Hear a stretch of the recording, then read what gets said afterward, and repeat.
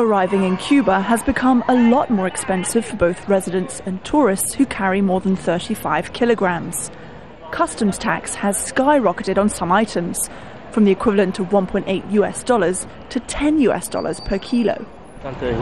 It's pretty upsetting. Imagine, most people bring just enough money to help their families here, and then they arrive here and have to deal with this issue.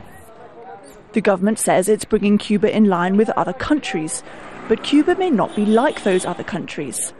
Many people can only afford to make trips abroad if it's funded by the items they bring back. Take clothes, for instance. A pair of jeans costs the same as the average monthly wage, the equivalent of $20. Shop owners say the new rules will increase prices on imported goods even more.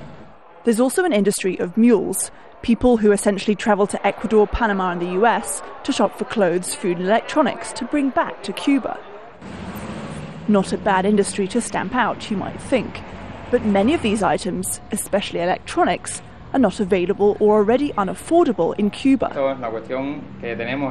We have to buy parts that are now more expensive, so we have to raise our prices. By raising our prices, we'll have fewer clients because, for some, repairing a phone will no longer be worthwhile because of these new restrictions. This will bring bad consequences for our business. Another clause in the law means that any Cubans who travel out of the country more than once a year will have to pay even higher tariffs in US dollars, even though most Cubans are paid in pesos. That, says at least one Cuban, makes the new rules simply not fair. Malone, Al Jazeera.